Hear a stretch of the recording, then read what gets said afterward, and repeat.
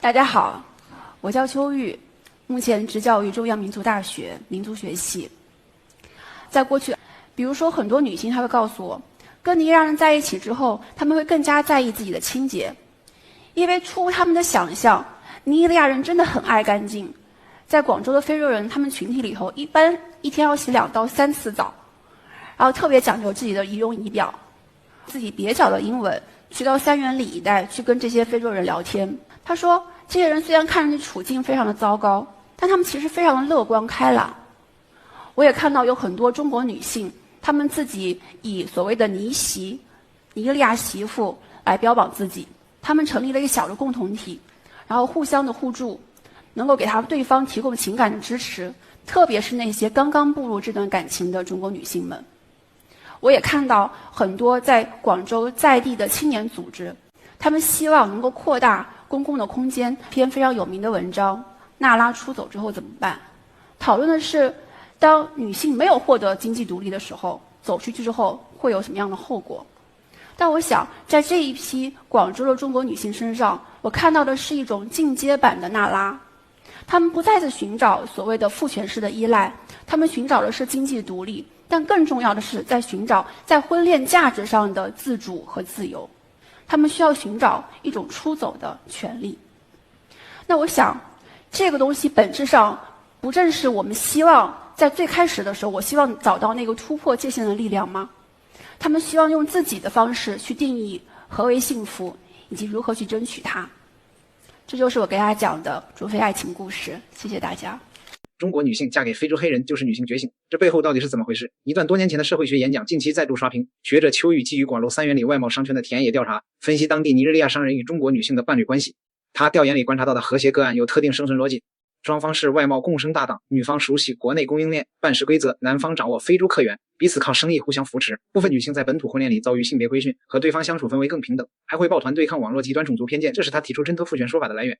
他提出，这类以生意共生为基础的关系，能让女性避开本土婚恋的性别束缚，是挣脱传统父权的一种选择。受访女性还会抱团对抗网络种族偏见，但这份研究最大的争议就是典型的幸存者偏差。调研只重点记录稳定合作的伴侣，却淡化片区普遍存在的现实风险，大量外籍商人签证逾期、非法滞留，多数伴侣没有办理合法婚姻登记，很容易因跨国纠纷、文化矛盾、家庭反对走向破裂。不少女性最后独自承担抚养，维权难题。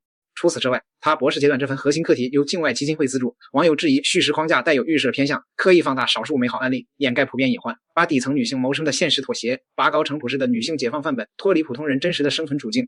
客观来说，这份调研记录了小众跨境创业者的特殊身份状态，但公共传播中淡化风险、放大浪漫化叙事，也是大众难以认同这套观点的核心原因。任何完整的社会观察都不该只展示单面途径。发生什么了？我们出来吃饭了，这是这个餐厅。What's the name, baby? Chudo Fresco. Chudo Fresco. 这是我的玛格丽塔。Old fashioned. Cheers.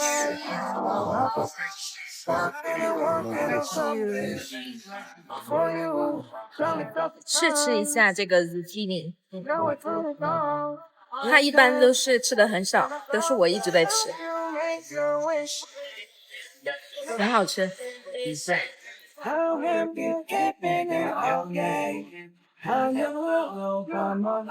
这是炸的西葫芦，再来一个。你看嘛，他不吃。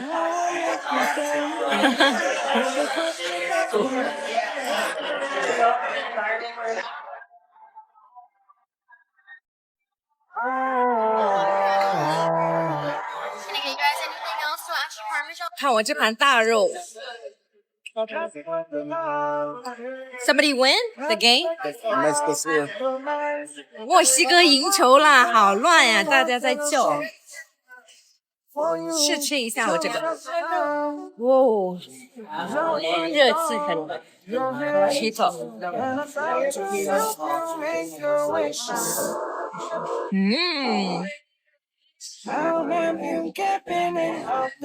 非常好吃。看一下老黑龙，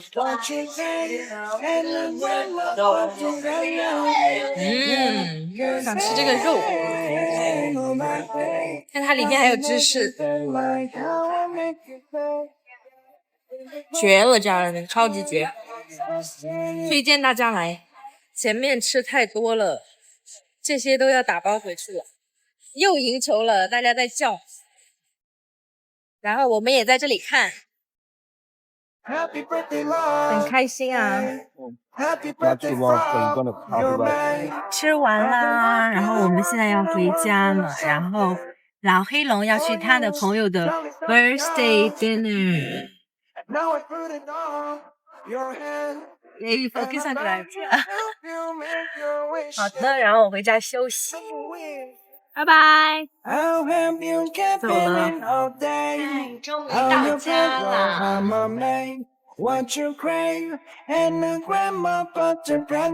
协换一下。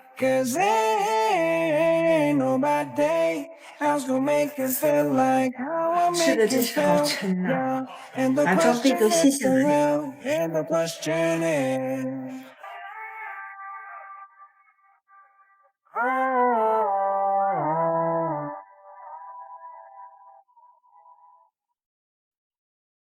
Happy birthday, love. 大家一定要这样上下刷，上下，而不是这样上下刷，然后会更干净。然后呢，我还会用牙线，每次吃完饭我还会用牙线，就是这样，牙线，就是每个牙缝都清理一下，这样。然后呢，清理完以后呢，我还会用这种漱口水。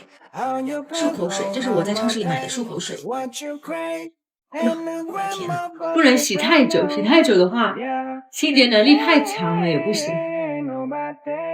然后呢，我就去拿这个擦一下，然后洗脸巾。今天就这样啦，再见。让人担心的事情还是发生了。眼尖的网友发现，这大秋玉老师这事儿闹得沸沸扬扬，看完直叫人后背阵阵发凉。秋玉，清华本科，巴黎政大交换，剑桥人类学硕博，莱顿大学博士后，现任职中央民族大学，现浙江大学人文高等研究院研究员。他的研究课题：广州尼日利亚商人群体中非跨国亲密关系。他在演讲中说，关于中国女性嫁给尼日利亚男性是摆脱父权，追求独立。一个剑桥博士、浙大研究员拿着蒋经国国际学术交流基金会15000欧元的资助，在公开场合把跨国婚姻包装成独立捷径，就好比你公司有个员工公开说去竞争对手那里才是出路，领导听了笑笑不说话，时间长了谁还信这个公司？幸亏有互联网啊，不然还发现不了这种人，变相是在给中国社会整体意识价值观投毒，危害性极大。高校不是一般的地方，是培养人才的净土。一个老师的言论会直接影响一茬又一茬学生的三观。说实话，高校老师言行难道不是应当恪守底线，身为育人者更要以身作则，树立好榜样吗？让我更加不明白的是，这种人居然还在讲台教书育人，这才是让我背后发凉的可怕地方。个人认为，各大院校都应开展一场自检行动，针对那些在课堂内外宣传负能量言论，一定要彻查其问题，不然真的会误了学生的一生。鼓吹东非爱情的高知，怎么你自己不去尼日利亚当媳妇呢？中国女性嫁给尼日利亚人是进步？中央民族大学的女教授秋玉一场中非爱情故事的演讲，直接刷新了我对高知两字的认知下限。在她的演讲里，她把非洲男性塑造成了标兵，说尼日利亚人极爱干净，一天洗2-3次澡。中国女性跟他们在一起后都变得更讲卫生了，甚至很多中国女性以当尼日利亚媳妇儿来标榜自己。好家伙，按这个逻辑，中国延续几千年的农耕文明、现代都市的便捷生活，都比不上人家一天洗3遍澡带来的灵魂升华呗。邱教授，您这是在做学术，还是在写走进非洲的软广呢？把一种跨越上万公里的婚恋选择简单粗暴地归结为因为爱干净，这不是学术幼稚，这就是赤裸裸地拿着独立女性的幌子去包装一种畸形的审美跪拜。啥时候中国女性的婚恋独立需要靠嫁给一个尼日利亚男人来证明了？啥时候经济独立、价值独立变成了一种需要用外价来标榜的勋章了？您口中那些以尼日利亚媳妇儿自居的女性，是真觉得那是一种荣耀，还是被您这种精英叙事的虚荣心给绑架在那儿下不来了呢？更绝的是，您说人家一天洗2、3次澡，是非洲有的地方很热，冲洗频繁是生活习惯，但把这种生理性的散热行为包装成一种道德和文明上的优越感，进而去贬低国内男性的生活习惯，这操作是不是有点太熟悉了呢？一边享受着国内高等教育带来的体面工作和社会地位，一边在讲台上贩卖着对异域风情的廉价幻想，给国内女性灌外国的月亮就是圆的迷魂汤。你们这些高知不是最爱谈祛魅吗？怎么到了非洲老哥这儿就开始疯狂的复媚了呢？国内那么多为了生活打拼、承担家庭责任的中国男性，你们看不到；那么多平凡但真实的幸福，你们又选择性的失明，非要去给万里之外的群体立爱干净的人设，这到底是学术视野开阔，还是骨子里觉得外来的和尚会念经呢？你们鼓吹女性要独立，不婚不育保平安，转身就去歌颂中非结合式进步，鼓动别人脱离传统式独立，自己却对另一种异域传统趋之若鹜，这碗水端的真是让人叹为观止啊！别装了，邱教授，你口中的独立女性不是你用来彰显自己思想前卫的工具人，真正的婚恋独立是女性拥有自由选择伴侣的权利，并且无需向任何人解释或者标榜她的选择，而不是像您这样把嫁给非洲人当成一种值得炫耀的进步勋章，贴在自己学术声望的牌坊上。想当中非文化交流大使，又想立女性精神导师的人设，双重标准实在让人难以认同啊！最后，我想问一下邱教授，您结婚了吗？如果结了，那老公是尼日利亚土著吗？如果您还没结，是否打算找一个尼日利亚土著当老公呢？